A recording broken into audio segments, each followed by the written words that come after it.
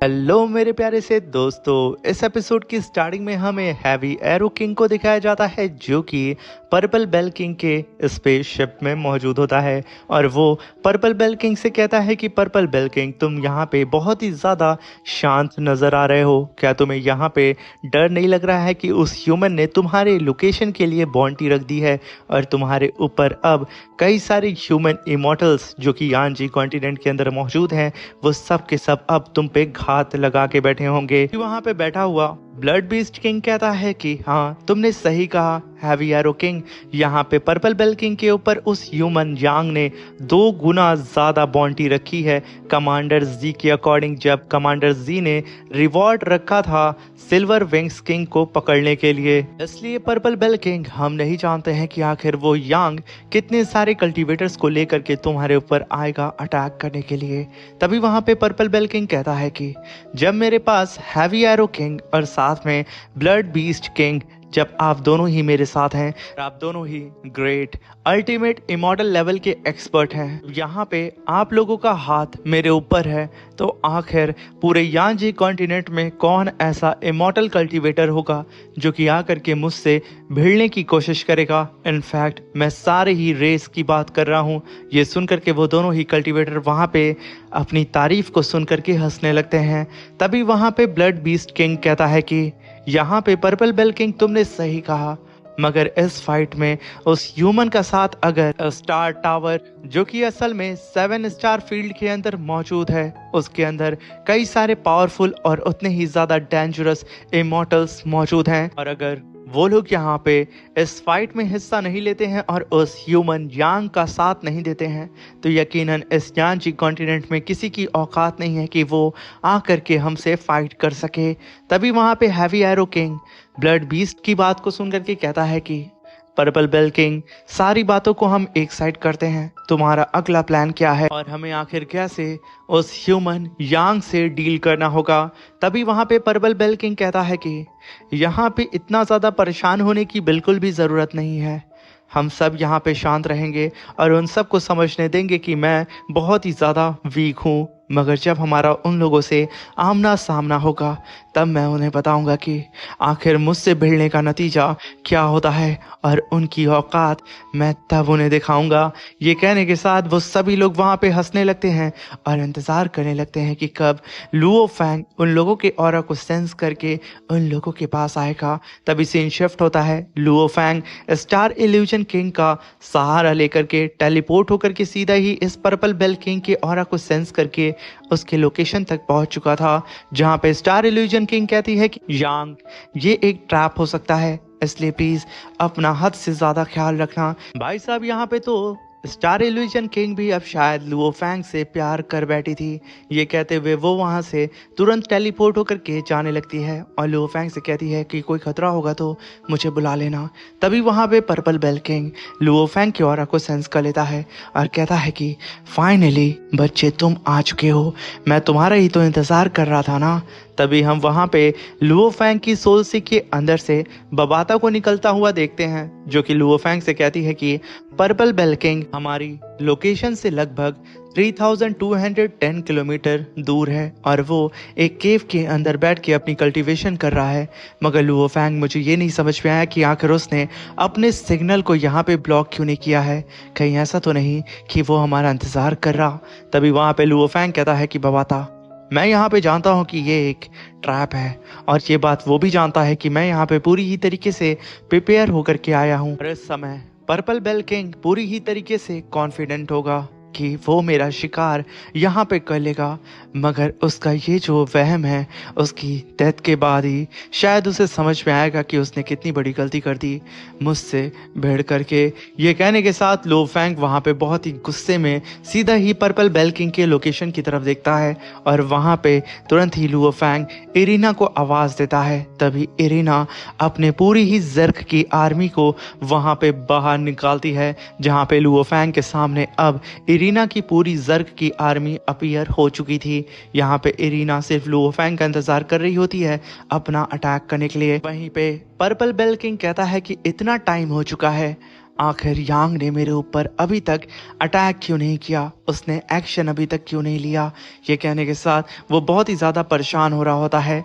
मगर दूसरी side Luo Fang ने आदेश दे दिया होता है अटैक का, और उस अटैक को वक्त रहते ही पर्पल बेल किंग ने सेंस कर लिया था। वो तुरंत ही अपनी जगह से टेलीपोर्ट होकर के आगे की तरफ भाग जाता है, और ठीक उसी गुफा में एक काफ़ी बड़ा ब्लास्ट होता है। ये ब्लास्ट इतना खतरनाक था कि पूरी की पूरी वो पहाड़ी डिस्ट्रॉय हो जाती है। इस मंजर को देख करके पर्पल बेल किंग की पैर कांप जाते हैं और सुन्न हो जाते हैं। वहां पे पर्पल बेल किंग कहता है कि आखिर इस यांग के पास इतना पावरफुल एनर्जी अटैक कहां से आ गया।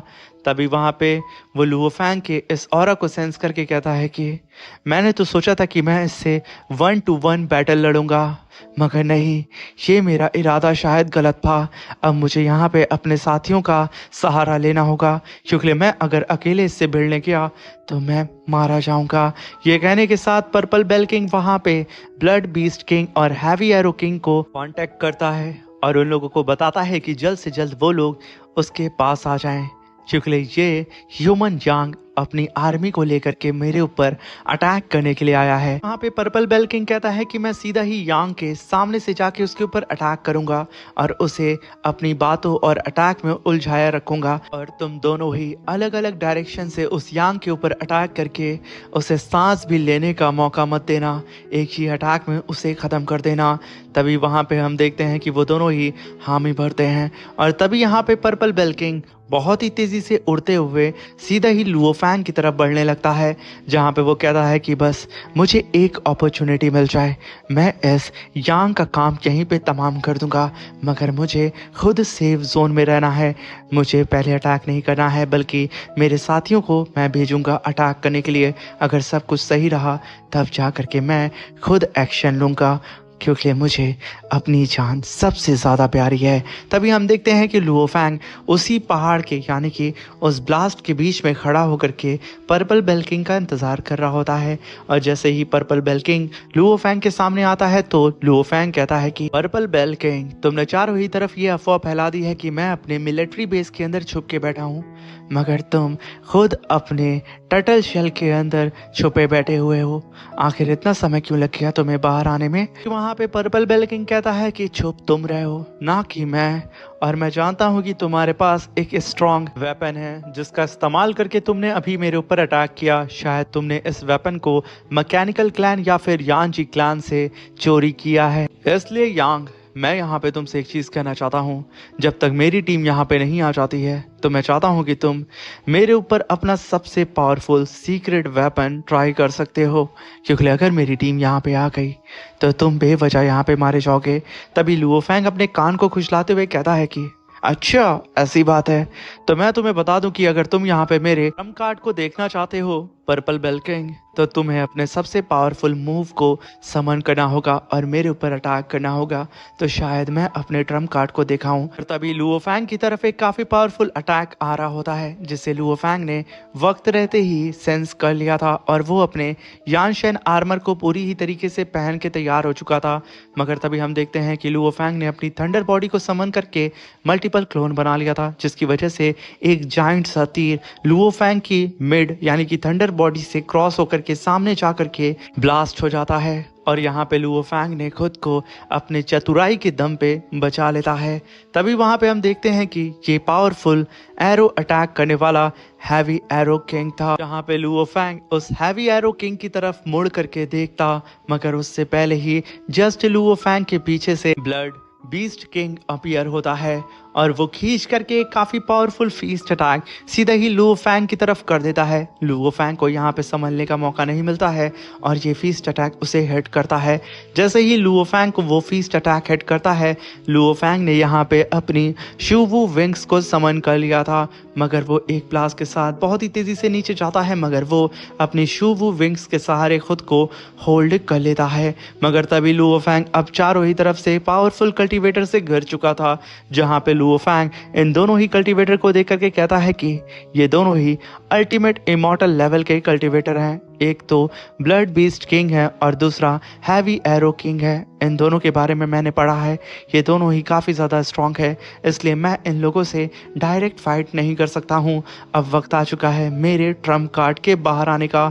ये कहने के साथ लुओ फैंग ने अपने आर्मर स्पेस लॉकिंग को समन कर लिया था, यानी कि यानजी क्लैन के पावरफुल वेपन को। यहाँ पे लुओ फैंग ने इस आर्मर की पावर का इस्तेमाल करके 100 स्क्वायर किलोमीटर के एरिया को पूरी ही तरीके से सील कर दिया था कि अब यहाँ पे कोई भी स्पेस टेक्निक को इस्तेमाल नहीं कर सकता है, ना ही कोई टेलीपोर्टेशन टेक्निक को।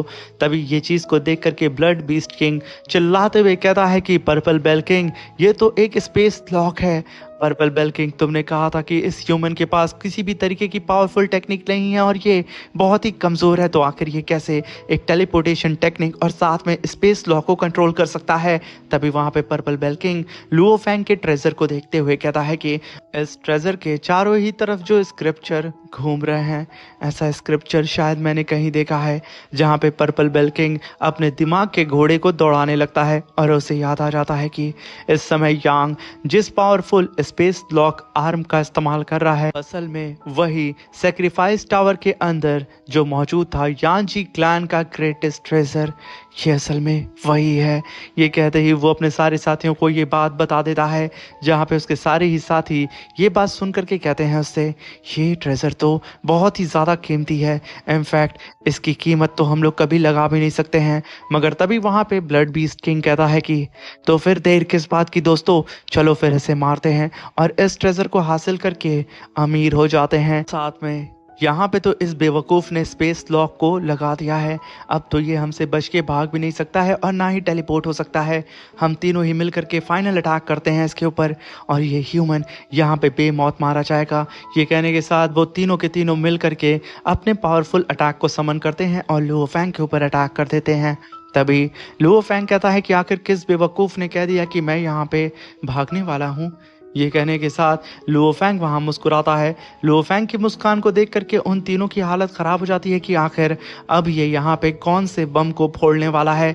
मगर यहाँ पे वो तीनों कोई और एक्शन लेते, उन लोगों के सामने 2 क्रिस्टल अपीयर होते हैं, जिसे देख करके ब्लड बीस्ट किंग कहता है कि तब तेरी की, ये तो ultimate fire god source crystal हैं। तभी वहाँ पे लुओ फैंग इन लोगों की जानकारी को आगे बढ़ाने के लिए बताता है कि एग्जैक्टली मेरा सिर्फ एक ultimate fire god source crystal लगभग 10 अल्टीमेट इमॉर्टल के सेल्फ डिस्ट्रक्शन के इक्वल है। ये सुन करके पर्पल बेल किंग कहता है कि अरे नहीं, ये पावर तो लगभग मेरे उस सेक्रीफाइस टावर के अंदर जो मैंने अपनी एंशिएंट बेल के अंदर जो बम फोड़ा था उससे 3 गुना ज़्यादा पावरफुल है।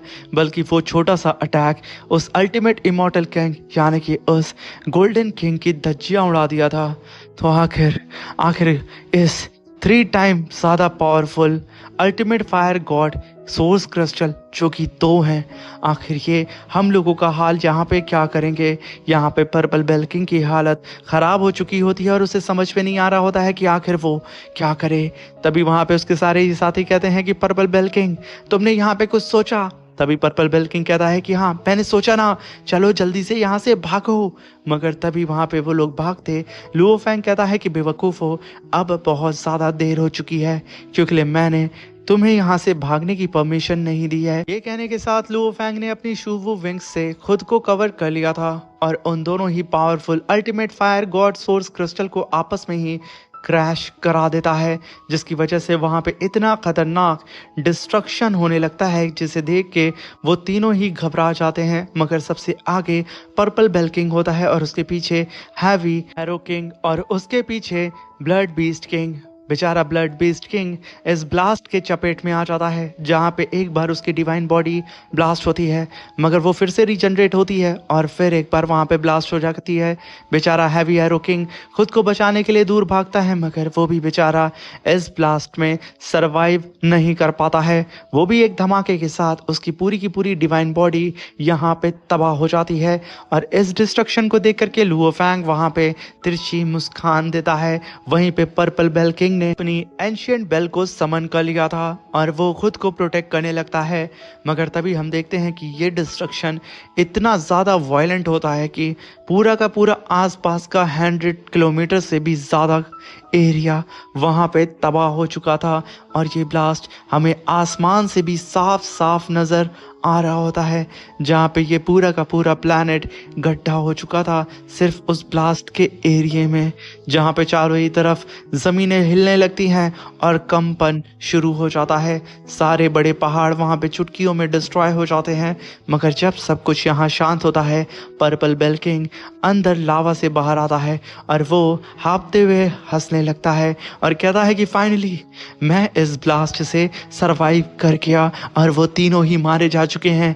मैं बच गया हूँ। ये कहते हुए वो वहाँ पे जोर जोर से हंसने लगता है। मगर तभी आसमान से लुओ फैंग की आवाज़ आती है और वो कहता है कि क्या बात है, तुम यहाँ पे बच चुके हो। मगर अफसोस की बात यह है कि मैं तुम्हें अब जिंदा ही नहीं छोड़ूंगा। ये कहने के साथ लुओ फैंग ने अपनी स्वॉर्ड से सीधा ही उस पर्पल बेल किंग के ऊपर अटैक कर दिया था, जहाँ पे वो स्वॉर्ड सीधा ही पर्पल बेल किंग के चेस्ट पे लगती है और उसे घसीटते हुए एक जाइंट से पत्थर में दे मारती है, जहाँ पे बेचारे पर्पल बेल किंग के चेस्ट के अंदर लुओ फैंग की स्वॉर्ड घुस चुकी थी। उस स्वॉर्ड को अब यहाँ पे चिल्लाते हुए पर्पल बेल किंग अपनी बॉडी से बाहर निकालने की कोशिश कर रहा होता है।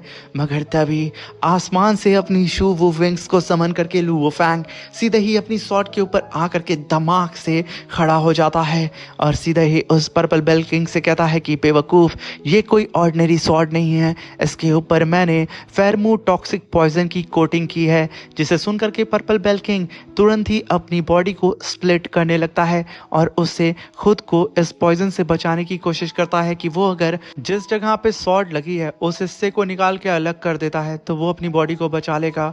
मगर तभी लुओ फैंग हंसते हुए कहता है कि बेवकूफ, जिस फेरमोटॉक्सिक पॉइजन का मैंने यहाँ इस्तेमाल किया है, बल्कि मैंने अपनी स्वॉर्ड पे 0.72 ग्राम पॉइजन का ही इस्तेमाल किया था, जो कि 0.1 मिली सेकेंड के अंदर तुम्हारे बॉडी के अंदर मौजूद सारे ही सेल के अंदर घुल चुकी है और धीरे धीरे करके अब तुम्हारी बॉडी पूरी ही तरीके से वेपर में कन्वर्ट हो जाएगी। तुम्हारा बचना यहाँ पे नामुमकिन है। ये सुनकर के पर्पल बेल किंग गुस्साते हुए कहता है कि यहाँ पे तो मैं मर जाऊंगा, मगर मैं यहाँ पे तुझे सुकून से जीने नहीं दूंगा। ये कहने के साथ वो अपने हाथ को उठाता है और लुओ फैंग के सारे ही दुश्मन यानी कि सारे ही एलियन रेस को ये इन्फॉर्मेशन भेज देता है कि आखिर लुओ फैंग कहाँ पे है। तभी हम देखते हैं कि पर्पल बेल किंग की पूरी बॉडी धीरे धीरे करके वेपर फॉर्म में आ करके वहाँ पे डिसअपियर हो जाती है। मगर तब तक पर्पल बेल किंग ने अपने मैसेज को रिकॉर्ड करके चारों ही तरफ दिशाओं में फैला दिया था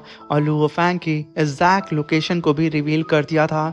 तभी हम देखते हैं कि वो सारे ही मैसेज बहुत ही तेज़ी से हर दिशाओं की तरफ जा रहा होता है और वहीं पे लुओ फैंग एक जंप लगाता है और उसी जंप के साथ में लुओ फैंग ने यहाँ पे पर्पल बेल किंग को ख़त्म कर दिया था और अपनी स्वॉर्ड को भी लेकर के लुओ फैंग वहाँ से उड़ता हुआ निकल जाता है। इसी के साथ मेरे प्यारे दोस्तों, ये शानदार सा एपिसोड यहाँ पे ख़त्म होता है। Thank you for watching. Bye bye, love you all, take care.